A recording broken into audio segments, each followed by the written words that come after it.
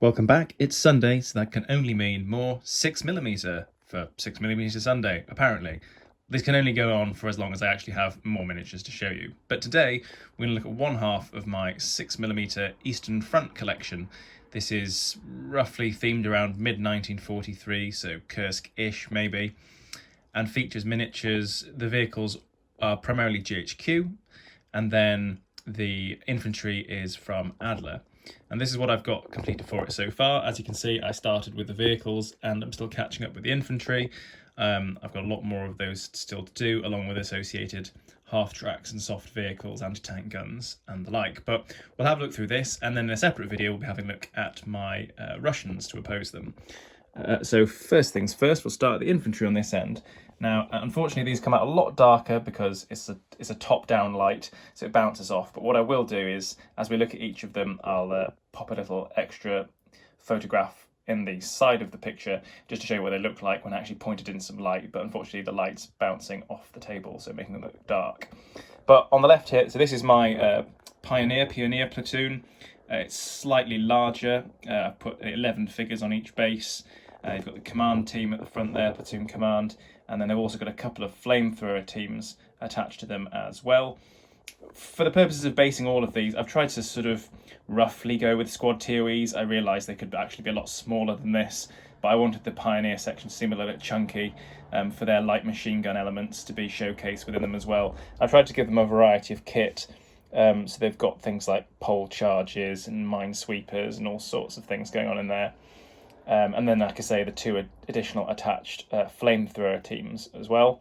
And they're kind of nice, beefy-sized bases. They're not based with any particular rule set in mind. As with all the miniatures in this video, I've just based them in a way that I thought was pleasing, really, and that might also potentially be compatible with different rule sets. Then right next to them here, you've got the regular Wehrmacht Panzergrenadier. So you've got 3 sections there, or 3 squads. Again, I've gone with the rough TOE for them, so there's 9 men in each. And on the bases, I've tried to split them into a 4 and a 5, with one group manoeuvring and then the other group firing. That was sort of a nice way to represent them, something a bit sort of a nod towards a tactical disposition for the sections. You've got their platoon command element here at the front. Ta-da! Just discussing something.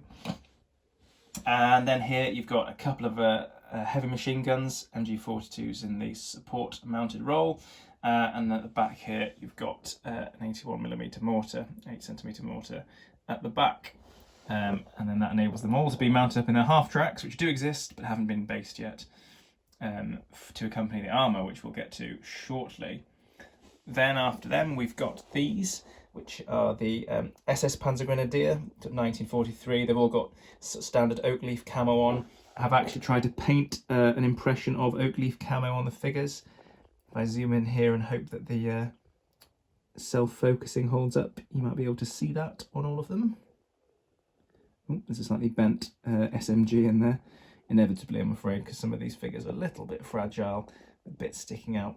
But that should give you an idea anyway. I've tried to go with a little impression of the camouflage. There's no point going crazy at this scale, obviously. And there's the 3 sections, again, split into their 5s and 4s, so they can do a bit of fire and manoeuvre. And then finally, as we come back out, we've got the platoon commander in the corner there, and then another large command base that I didn't experiment with, because at some stage my intention is to have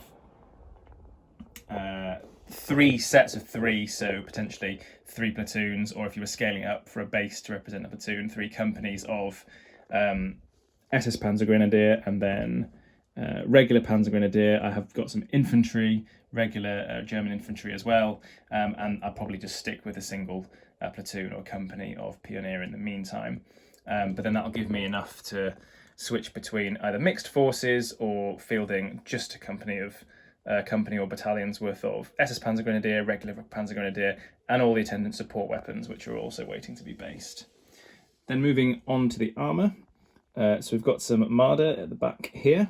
Quite nice little miniatures they are too. A little bit exposed, the later versions, because they've got the weapon mounted high up on the chassis there, to give a little bit of support and anti-tank mobility to the Panzergrenadier. Then next to them you've got the long-barreled Stugs, Stug 3G, or maybe an F with the shirts and put on as well. to provide some assault gun firepower to the half tracks and the mechanised elements. Very pleasing miniatures, the GHQ miniatures. They're very, very detailed, and they were a pleasure to paint. I'm not sure really this light and camera necessarily shows the amount of I probably went to excessive lengths in terms of I actually did do a bit of weathering and streaking on the lower parts of the tracks and try to put a little bit of sort of mud and dust on them. Comes out a little bit on that one perhaps, slightly obscured by the basic material that I've used, which is just my usual arrangement of static grass, and then I have added some tufts in here, but it's tough to find enough small tufts to sort of scale well with these vehicles without making them look like they're driving through the rainforest at the meantime. Then we'll go across the back line here. This is my largish collection of different types of Panzer III. So there's a mixture here of Panzer III. I think we've got Ls, Ms, Ns and Js in there. So various versions of the long barrel Panzer III with the long barrel 5cm gun. You've got the N variant with the short support howitzer, which is these two on the end here, next to the command vehicle. And then some of them got shirts and some of them haven't. I did try to mix it up a little bit as well. So for example, you've got a vehicle here that's got a shirts and turret but no skirts on the main hull, and so on, just to give it some variety. Now what I find fascinating actually about the Kursk era order of battle is that these Panzer IIIs were in a number of divisions in mixed platoons. Particularly a good example would be 11th Panzer, which had relatively large platoons and relatively large companies. And even within the platoons, they had a mixture of different types of long and short barreled Panzer III and IV. And I really like something about that sort of mixture of vehicles. I'm fond of the Panzer III, and it disappears fairly rapidly after sort of mid to late 1943, apart from in support roles. But here are the Panzer IV as well, to mix in with them. You've got another one there on a circular base to represent the company command or something like that if need be. And then all those various Panzer IV with their shirts, and some of which I haven't put camouflage on, just for a bit of variety. It's possible I went a little bit overboard on the green camouflage for this and obscured too much of the base Dunkelgelb, because I find myself preferring the ones that look a little bit more sparse. So for example, the Stugs here, a little bit more sparse. I think it shows up better. And the same for some of the other vehicles, because as we go on to the heavy tanks, everybody's favourite, or most people's favourite. So this is the platoon of Tigers. You can see I tried different versions of the green striping all over them. But then you've got one plain Tiger at the front there. Just I left one to see what it looked like, and I quite like it, to be honest. Also means that you could have a platoon of 4 and that one represents something else, maybe like an ace, so it stands out on the table. None of them have got company, platoon or other types of markings, i.e. the numbers on the sides of the turret. I have every intention of putting those on at a later stage, and I'll probably just hand paint them on because it's easier. I can just about do it, and I don't really want to fiddle with decals even if I can get hold of them. But again, really nice models there from GHQ. Everyone likes a big cat advancing across, well, not the savannah, but the steppe probably in this case.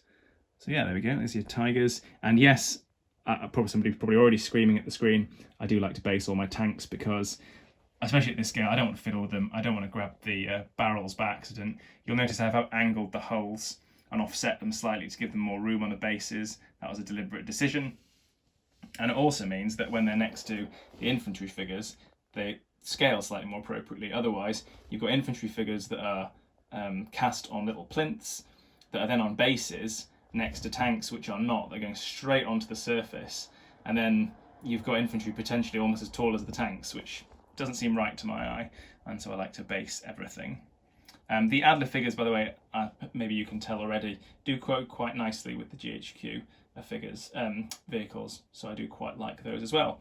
And then last but not least, and I've already been filming them slightly, there's my platoon of 5 in their first outing anyway, 1943, slightly unreliable Panthers.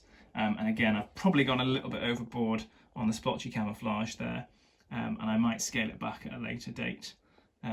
Alternatively, putting the numbers on, for example, painting them on with edging, or sometimes they put the numbers on in red, so on, that spot colour might break it up and draw the eye away from it as well. So we'll revisit that at a later date.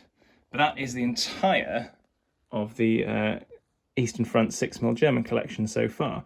There's quite a decent number there. As I say, a decent number more infantry to do, at least a couple of platoons worth of Panzer Grenadiers, a couple of platoons of regular infantry. I have got anti-tank guns and other support weapons for them, and then various half tracks. And there is also some reconnaissance elements, so some light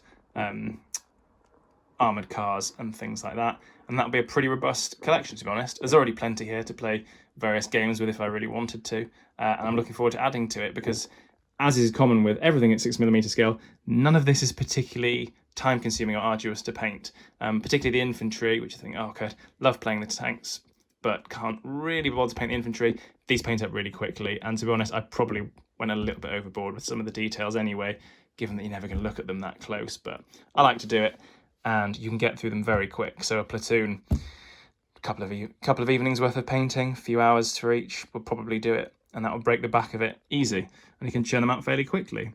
Anyway, I hope you've enjoyed having a quick look at this World War II 1943 Ostfront collection. And I'll see you in the next video where we'll have a look at the opposition in the form of the various Russians.